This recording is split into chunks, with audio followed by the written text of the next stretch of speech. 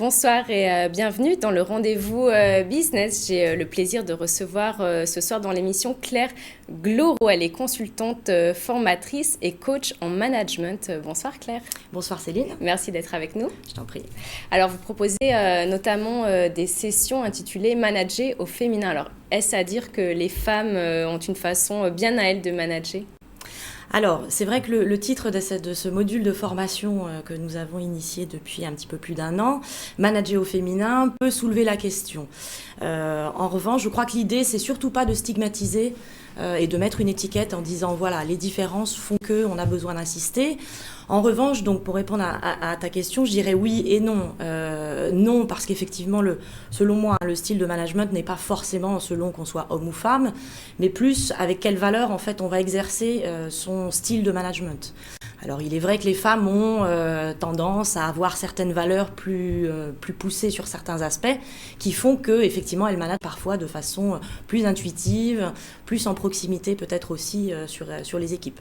Alors justement, il faut dire que pendant longtemps les hommes avaient occupé ces postes de direction, de management. Ils s'ouvrent peu à peu aux femmes. Alors est-ce que ça veut dire qu'elles ont peut-être parfois une forme de culpabilité rentrée ou qu'elles se mettent beaucoup de pression quand elles arrivent à ces postes de direction ? Le terme culpabilité est intéressant. Effectivement, on y travaille souvent avec les femmes managers que je rencontre. Aujourd'hui, on a à peu près un tiers des postes d'encadrement qui sont occupés par des femmes. Donc ça progresse, mais c'est encore effectivement très peu. On est encore loin de l'équité totale. Et puis effectivement d'une mixité qui serait intéressante à ce niveau-là.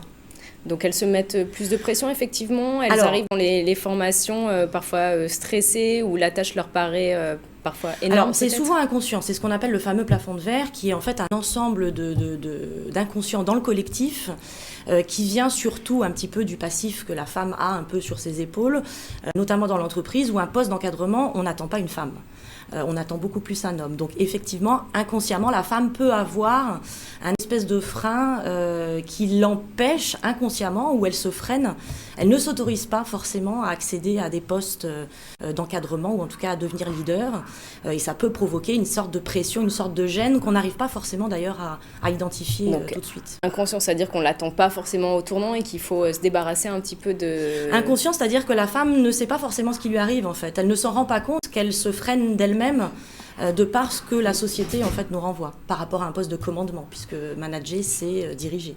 Alors justement, quels sont peut-être les écueils ou les difficultés au vu de votre expérience auxquelles se heurtent les femmes managers aujourd'hui dans l'entreprise ? Alors il y a il y a une difficulté qui est effectivement au niveau de l'équilibre vie familiale et vie professionnelle. Les choses évoluent, mais effectivement il y a beaucoup de femmes qui sont ralenties dans leur carrière de par le rôle qu'elles ont au niveau de la famille. Ça, c'est un premier point. Ensuite, les difficultés, elles sont réunies dans tout ce qu'on dit sur le plafond de verre. Donc, c'est l'image qu'on va leur renvoyer, c'est la difficulté à comprendre les codes du pouvoir dans l'entreprise. C'est peut-être un faible accès, moins d'accès au réseau, au mentorat, qui est vraiment un phénomène un peu masculin dans l'entreprise. Donc, elles se heurtent à parfois un manque d'accompagnement aussi. Et puis un manque de confiance puisqu'on ne leur accorde pas forcément la place qu'elles devraient avoir. Alors quel conseil vous donnez à ces femmes managers quand elles pilotent entre guillemets des équipes 100% masculines ou 100% féminines ou même mixtes ? Est-ce qu'il y a des écueils à éviter, des bons conseils à avoir ? Les écueils à éviter de toute façon, c'est déjà de tomber dans l'inverse de ce qu'on est, c'est-à-dire de refouler ses valeurs féminines si on en a. Je dirais la même chose d'ailleurs à ces messieurs. Donc par exemple de faire le mec à outrance. Ça je l'ai vu, des femmes qui se disent il n'y a pas de différence, on fait comme eux, donc on sort les muscles et on manage à la baguette. Et ça marche pas. Ça, il y a des écueils dans lesquels on peut tomber. Ou juste un temps en tout cas. Voilà, juste un temps et il y a un moment où ses propres valeurs vont ressortir. Donc je pense qu'il faut vraiment manager en accord avec ce qu'on est et en accord avec son équipe. Donc effectivement, un homme, vous allez le manager en fonction de comment lui fonctionne. Et les hommes, on le sait, la plupart du temps, fonctionnent plus sur la performance, sur la valorisation, sur la mise en avant de leurs compétences. Une femme va être beaucoup plus dans l'écoute, dans l'empathie, dans la proximité. Donc il faut manager en accord en fait avec chacun de ses collaborateurs et de ses collaboratrices. Alors justement, j'imagine vous préparez aussi les femmes à recevoir peut-être parfois des propos difficiles, peut-être sexistes dans une équipe, justement quand elles proviennent de collaborateurs. Alors comment on y fait face? On esquive ou pas Alors effectivement, ces remarques existent toujours. Volontairement, moi de façon assez provocatrice, je lance le sujet en formation. Au début, on me dit non, ça n'existe plus, voilà, ou non, moi pas du tout. Mais en fait, elles sont larvées souvent. C'est encore très fréquent. Alors, comment réagir? C'est assez complexe parce que, premièrement, moi je dirais ne rien faire, c'est plutôt un signe de soumission. Donc il faut agir, mais sans surréagir. Faire l'effet inverse et rentrer dans le jeu, dans ce jeu masculin n'est pas forcément bon. Ce qu'on me dit très souvent, c'est l'humour qui fonctionne bien. Donc leur couper l'herbe sous le pied, répondre d'une blague à une blague. Mais ça, il faut répondre du tac au tac. C'est pas toujours facile. C'est pas toujours souvent facile. Quand on s'attend pas à ce genre de réflexion. Et elles en souffrent très souvent. Elles en souffrent. Donc c'est pour ça qu'on les accompagne déjà à parler, à extérioriser un petit peu tous ces stéréotypes auxquels on est confronté et dont on ne parle pas dans l'entreprise, dont on parle très peu. Donc ces formations sont des forums aussi pour chacune de s'exprimer sur son ressenti et sur son vécu. Et justement face aux conflits également, parce que le manager doit faire face à tous les problèmes qui peuvent guetter une équipe. Est-ce que hommes et femmes ont une façon différente d'aborder le conflit dans une équipe? Je pense effectivement, puisque la femme met en avant des valeurs beaucoup plus d'intuition, de sensibilité. Elle aime manager de façon proche de ses équipes. Donc j'aurais tendance à dire que les femmes sont plus à même, ou en tout cas ont beaucoup plus de valeurs et de compétences intuitives pour gérer les conflits. Et ça se voit régulièrement dans les formations que j'anime, où ces messieurs ne savent pas comment faire. Un homme a du mal à sortir ses émotions, a du mal à exprimer ses émotions et a du mal à accepter les émotions d'une collaboratrice ou d'un collaborateur. La femme est plus empathique à ce niveau-là et elle a effectivement plus de facilité la plupart du temps. Donc il y a quand même des points forts à manager quand on est femme. J'en doute pas. Alors plus globalement, Claire, est-ce que selon vous, on est manager ou on peut le devenir? Tout le monde a ça en soi, on peut en être capable tous? Alors oui, on peut en être capable. Moi je pense que le point principal c'est l'envie. Il faut avoir envie de manager, c'est effectivement un métier qui est extrêmement difficile, complexe, puisque l'humain est au cœur de ce métier-là. Donc voilà, il faut avoir une certaine appétence à être confronté à ses collaborateurs, au saut d'humeur des uns et des autres. Donc il faut avoir envie, et puis après ça s'apprend, bien évidemment, ça s'apprend. Il y a une sensibilité, je crois, naturelle, mais tout le monde peut l'apprendre, et ça s'apprend évidemment. Et savoir l'exploiter, et j'imagine qu'on se découvre aussi au fil des expériences en tant que manager. Oui, on se découvre, et puis alors je connais aussi des parcours de femmes et d'hommes qui managent pendant des années et puis qui effectivement après bifurquent dans leur carrière sur d'autres métiers, sur des postures de leader ou d'entrepreneur qui ne font plus forcément appel au management. Alors justement, je reviens aux femmes puisqu'on en parle aujourd'hui. Est-ce que globalement, dans les carrières que vous observez, être une femme, ça ralentit encore, on en parlait tout à l'heure, mais ça ralentit le fait de connaître la maternité, où c'est encore difficile, on perd du temps. Et justement, par rapport aux hommes, par exemple, deux mêmes carrières, hommes, femmes, on n'avance pas différemment.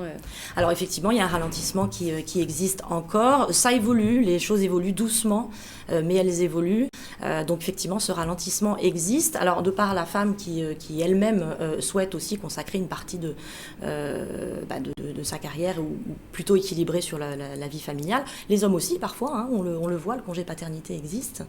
Il se démocratise un peu dans le sens où il est demandé de... alors on pourrait presque faire un module manager au masculin dans l'autre sens, puisque certains hommes aussi, parfois, ont des complexes de partir plus tôt pour aller chercher les enfants à l'école. Donc on peut aussi inverser. Mais effectivement, pour la femme, il y a un vrai ralentissement qui existe. Et puis donc voilà, soit elles y arrivent et du plafond de verre, on passe au labyrinthe. Donc le chemin existe, mais plus complexe. Soit certaines femmes n'y arrivent pas parce qu'elles sont pas aidées, parce qu'elles n'ont pas le déclic, parce qu'elles n'ont peut-être pas le recul nécessaire pour ça. Mais il y a un vrai ralentissement qui existe, effectivement, toujours. Est-ce que le contexte guadeloupéen, puisqu'on est en Guadeloupe, a quelque chose de particulier justement concernant les femmes managers, ou est-ce que finalement, je sais que vous avez beaucoup voyagé, Claire, vous retrouvez les mêmes travers, les mêmes forces chez ces femmes? Alors effectivement, en Guadeloupe, il y a des spécificités, mais comme je dirais partout, la culture ici est très particulière et très propre à la Guadeloupe. Donc ça, on fait une spécialité. On en parle beaucoup en formation. C'est un sujet qui revient énormément. On parle du potomitan, etc., avec ses avantages et ses inconvénients. Maintenant, effectivement, de l'expérience que j'ai au niveau international, les spécificités sont les mêmes au final. C'est l'approche qui est différente. C'est le regard de la société sur ça qui est différente. Et sincèrement, il y a des femmes extrêmement brillantes en Guadeloupe et des femmes managers qui ont réussi et qui réussissent. Donc la place est là pour les femmes. À nous de les accompagner au mieux et de laisser cette place. Il y a une vraie force à ce que les femmes managent. Il y a des études qui prouvent effectivement la relation entre le taux de féminisation de l'encadrement et la performance de l'entreprise. Les directeurs et les directions, messieurs, mesdames, qui l'ont compris, ont tout intérêt effectivement à accompagner les femmes dans leur entreprise à des postes managériaux. Donc c'est ça, les entreprises ont tout à perdre également de ne pas intégrer les femmes dans leur management. Tout à fait. Et les hommes à apprendre des valeurs féminines qui répondent vraiment au management de demain.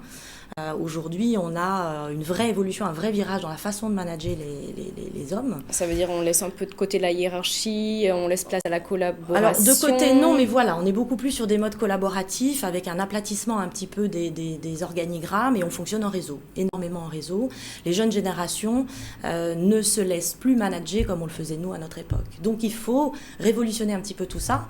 On laisse place, ça veut dire quoi exactement? On laisse davantage place au dialogue. Voilà, au dialogue, à la coopération, à la discussion, à l'échange, à l'initiative, à l'autonomie, à la prise de risque, au challenge. Et donc ça, les femmes portent en elles des valeurs et des façons de manager qui sont très propices à ce genre de management, dans l'écoute, dans la discussion, dans le dialogue.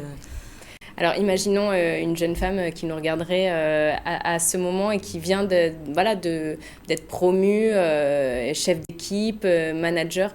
Quel bon conseil on peut lui demander pour démarrer tranquillement et sereinement dans ce nouveau poste? Alors, éviter les écueils, donc ne surtout pas essayer de faire comme ces messieurs, ça ne sert à rien. Il faut trouver son propre style, d'y croire, de croire en ses capacités et d'y aller de façon très naturelle, en se faisant aider si besoin, mais en avançant comme n'importe quel autre manager, qu'il soit homme ou femme. Alors Claire Gloro, merci. On va rappeler peut-être des contacts, puisque je vous le rappelle, vous êtes consultante, formatrice et coach en management. Donc si on veut vous joindre, comment on fait?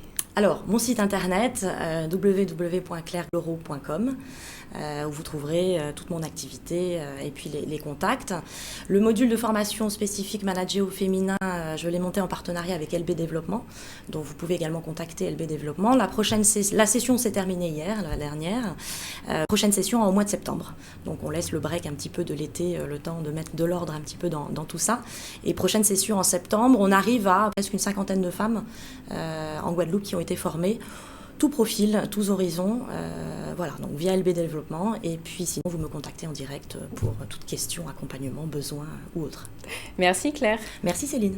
C'est la fin de ce rendez-vous business. Je vous dis à bientôt pour un prochain numéro.